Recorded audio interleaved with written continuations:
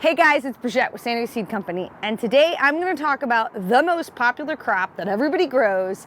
It is the gateway drug into gardening. I'm going to talk about all things tomatoes. So I'm going to go from the very beginning of how you plant the seed, all the pro tips you need to know to get really good germination, all the way to planting it. Now before I jump into that, make sure you hit the like and subscribe button so you're notified anytime we put out content that you love. So let's get into it. So, as you can see in my greenhouse, I have, hundreds and hundreds of tomatoes, and we're at the end of February, we're going into March, and I did a lot of early prep this year because I needed to make sure that I utilize every single inch of my very small greenhouse. I want to give you guys all the information that you need to successfully start your tomato seeds. So the first part is starting the seed, getting the plant to a point where it's really big and healthy and beautiful, getting it into the garden, so how you transplant it, and all the things you need to know to make sure you have a really prolific harvest. Let's start first with seed starting. And I'm gonna really just be as basic as I can with all of my information and assume you guys know nothing. I'm gonna assume that you are an alien that came from Mars and you landed on the earth and you don't even know what a tomato plant is, let alone how you plant it, how you grow it from seed, all of that information. I'm really gonna dig in deep here. So, tomatoes are typically planted from a seed form. However, they are the most popular transplant you're gonna find in the nursery. So if you are a brand new gardener, you've never planted a vegetable in your life, and you go to the nursery, I'll bet you $100 you're gonna pick up a tomato plant. And that's because tomato seeds are really easy to grow into transplants that then nurseries can sell. They can stay pretty happy in pots. They're really a no-fuss plant if you know how to treat them. So that's why you see them in every single well-stocked nursery across the United States. The other reason is because tomatoes are the #1 grown crop for backyard gardeners. They're delicious, they're fun, they come in a huge variety of colors, textures, flavors. And so really there's a tomato plant out there for everybody. Now, if you are a brand new gardener and you've never grown anything in your life, I'm not going to shame you if you want to go to the nursery and just buy a transplant. However, it is so easy to start it from seed, and it is a lot more economical. And I'll give you the reason why. This seed pack, about $4. This transplant, about $4. So there's probably, I'd say there's 30 to 40 seeds in here. So you have the chance to grow 30 or 40 plants for $4, or one plant for $4. Now, granted, that doesn't include your time, it doesn't include the soil, water that it takes to grow it, but, do the math, and actually I'd be really interested to see somebody do all the math on that and figure it out. It's still gonna be cheaper to plant by seed. The other important thing to remember is you go to a nursery, max they're gonna have 5, maybe 10 varieties of tomatoes for you to pick from. You shop through our catalog or any seed company's catalog, and there's gonna be 20, 30, 40, 50 varieties of tomatoes for you to choose from. So you get diversity and you get just better economics. It's cheaper to start it from seed. So that's my argument to you as to why you wanna start from seed. Now you might be thinking, well, why do I want 30 or 40 plants? I only have room for maybe 5, because they're so much fun to share. I mean, one of my favorite things to do in the spring is always start way too many plants, and then I pass them along to friends, neighbors. The poor mailman gets tomato plants, but you know what? I've turned him into a gardener, so I'm okay with that. So if you have too many tomato plants, it's never a problem. Somebody will take them. Also, another reason why I love starting them from seed is the process of starting any seed, whether it's tomatoes or flowers, is magical. Every single time I see a little tomato pop up out of that soil, even though it's probably the millionth time that I've seen that happen, it's just as amazing as the very first time I saw that seed pop out of the soil. It's magical, it's beautiful, it's proof of something greater in the world than just us by seeing this tiny little seed pop through the soil. And I know that little tiny sprout is eventually going to turn into this huge plant with all the right steps. So to me, it's really, really fun and amazing. So I'll quit rambling. So if I haven't convinced you to start from seed, then go to your nursery, pick up some tomato plants. That's fine. If I have convinced you, then let me give you the pro tips that you need to know to be very successful about it. And if you've watched any of our other videos, you know that seed starting can be relatively simple if you do the right steps. And number one, the thing that I preach all the time, you have to start your seeds in quality soil. There's a wide range of quality soils out there.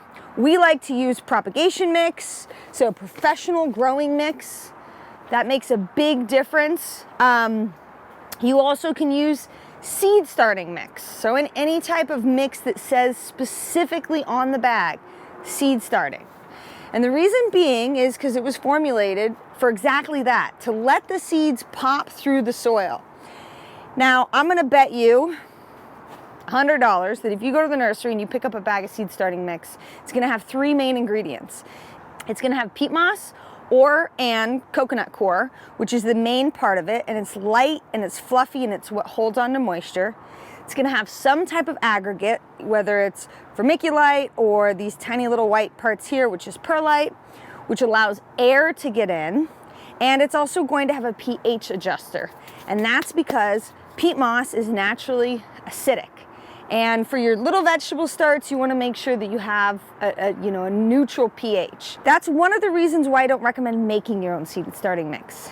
Now you can, there's millions of videos on it out there. Personally, I got too many things going on. I'll buy the bag of seed starting mix because I want to start off from the beginning on the right foot. So I buy it. It's going to be a little more expensive than regular, potting mix. But you're only going to use it to start your seeds. You're not going to use it to actually grow the whole plant in it. And I'll explain what that means. So on our farm, I like to start in trays. Lots of different types of trays out there. But for tomatoes, I like to use these little pots here. These are great for tomatoes. They're good for peppers.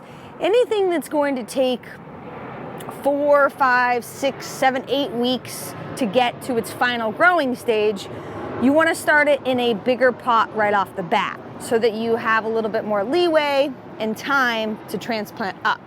So I start in a bigger pot to begin with, and then I even go into bigger pots before they end up going into the ground. So I'm gonna fill this up with pre-moistened seed starting mix. You can see by the texture of this that there is moisture in this already. I have already watered this prior to planting. Now that's important because peat moss and coconut coir is hydrophobic, meaning that it doesn't like to take on moisture in the very beginning. And you all know what I'm talking about, where you fill a tray with seed starting mix, you go to water it, and the water just like beads off. Or it kind of sits on the top and it goes through and you think, oh, it's wet, and then you stick your finger in the middle and you're like, oh my gosh, it's completely dry. So pro tip for you, moisten your seed starting mix before. That's why I like using these little totes. I put in just what I'm going to use for the day into this tote, and I water it, mix it up with my hands, and get it to a point where if I squeeze it, it'll stay somewhat in a ball. I don't want it saturated to the point where if I squeeze it, moisture comes out, but there's definitely moisture in there. And now I'm going to water it again anyways, but the point is you want moisture to be all the way through here. You don't want to fill this up with dry soil, water on top, and then come to find out this whole area is totally dry. So pre-moisten your seed starting mix, put it in your tray. We like to use bottom watering systems, which basically all it means is you just have something on the bottom that holds moisture, that allows the pot to suck moisture via capillary action all the way through every single inch of the soil. You can get trays like this. You can also use, really anything like a lunch tray. In the beginning, we were using basically whatever I could get my hands on. These little trays are nice. You could also just use a large saucer, that you use to put underneath your pots in the garden. The point is it just needs to be something that can hold moisture so you can put your pot in and it can suck up water through every single inch. Tupperware, get creative, it doesn't matter. For us, we use these because obviously I have to do so many of them.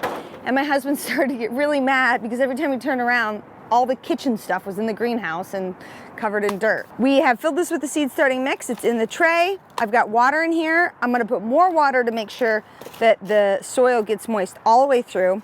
And then I'm gonna show you how I plant my tomato seeds. Now, this is a total pet peeve of mine because I do seed starting classes all over San Diego and beyond, and I cannot stand it when I see someone go to plant a seed and they go like this, they drop the seed in and then they close it. I don't like that because if you're doing a bunch of trays, you know, I'll do 20 trays in here in one afternoon. If I do that for each little one and I close it up, I don't actually know which ones I did. So that's part number one. The other part is you tend to plant the seeds too deep if you do it that way. And for something like tomatoes, they're pretty small seeds. So you don't want them that deep. One of the other reasons why I love the seed starting mix is it is so light and fluffy that if you were to plant it a little bit too deep, it's very forgiving. The seed will likely still be able to pop through. And if it doesn't, it was probably a weak seed anyways, and you don't want that in your garden. So what I like to do is I take a seed and I put one or two right inside the pot. You don't have to go crazy. Now, I like to take time and put one or two in each little pot versus seeding really heavily, because then you end up having to do more work in the long run of thinning or transplanting. And I'm gonna show you a prime example in the greenhouse of what it looks like when you have one plant per pot versus multiples. There is a very obvious difference in the happiness and how prolific the plant grows because it's competing for more resources. So that's basically how I do it. Easy peasy. I just put one seed on there. And then what I like to do is, and this is particularly helpful if you are planting seeds that are really small, herb seeds, flower seeds, things like that. I like to use, and I have different sizes depending on what I'm using, strainers that I will actually use to sift the soil so that it's a nice fine layer. Now obviously this one's really very fine. This is what I use when I'm sifting soil to cover like very small herb seeds, flowers, anything that's really small and needs to be very close to the surface or just barely covered, I will use this. Obviously these are a lot bigger, and that's because tomatoes are a little more forgiving. But what I'll do is I'll actually go through and imagine this whole tray was planted. I'll go through and this is how I will cover it. And I do that because it gives a nice layer, thin layer of soil on top. Even if I were to be too heavy-handed and put too much, the seeds are gonna pop through because it's light and fluffy. It also allows for plenty of air because it's light and fluffy soil on top to get through so the seeds aren't being crushed and suffocated by the soil. And it will lead to very even, quick germination across this whole flat. Versus if you do the stick your finger in and close it, seeds are gonna pop up, you know, at different times because naturally some are gonna be deeper, some are gonna be more shallow. This just gives you control and makes it so that this whole tray will grow about the same time. Everything will pop through similarly. And so you're not having to wait, oh, well, this one didn't pop, but this one did. And you could see, like, in this tray here, I've got one that's popping. It's the first one. I'm gonna come out here tomorrow or the next day, and I'm sure all the others are very close behind. And that's because I used that sifting method to make sure that my seeds are lightly covered. There's no rocks, there's no sticks, there's not any big pieces of perlite. Particularly if you're using not very good seed starting mix that has really big aggregates. If something like that lands on top of a seed, and I'll show you here, that is much bigger than that seed. If you were to put soil on top and this, you know, this piece landed on top, or even a bigger one, especially if you're using garden soil or bag soil that has big sticks, mulch, things like that, it's not gonna germinate. And so that's another reason why I like to use the strainer. It just makes sure that these large pieces of aggregate don't end up inhibiting my seed growth. So that's the basis of how you actually physically plant them. Now, if you've watched our seed starting videos, you know that the other really important factor in having good germination, it's good seed starting mix, and then it's also making sure they stay properly watered. Part of the reason why we use this bottom tray. Now, I know that I watered this prior to planting the seed, but I'm still going to water it one more time, and that's referred to as watering in. Now, if you have a hose that has a really strong jet, or you know, it could potentially wash away the seeds, you want to think about that before you come over here and spray it, and then your tomato seeds go flying, particularly if you're doing any seeds that are really small. What I like to do is put it on the mist mode, and I mist it in, and that's going to guarantee that the seed's going to get stuck in there. It's almost like gluing it in. And I'm really going to water it quite a bit. And then I'm also going to fill the tray up underneath to make sure moisture gets sucked all the way through. Another benefit of using this is you just have more room for air. It was like 90 degrees the other day, and it was really hot in here, and I wasn't home. If I didn't have this system in place and there wasn't moisture in here for the plants to suck up, they would have totally wilted and I would have been really mad. So for me, gives you a little bit of play, makes it a little bit easier. So I've explained how you actually plant them, the seeds, and get them to germinate. Next, I'm going to go on to the rest of the plant life. So we're actually going to make this 3 videos. So stay tuned for all 3 parts so that you can get all the information you need to know to be an expert tomato grower.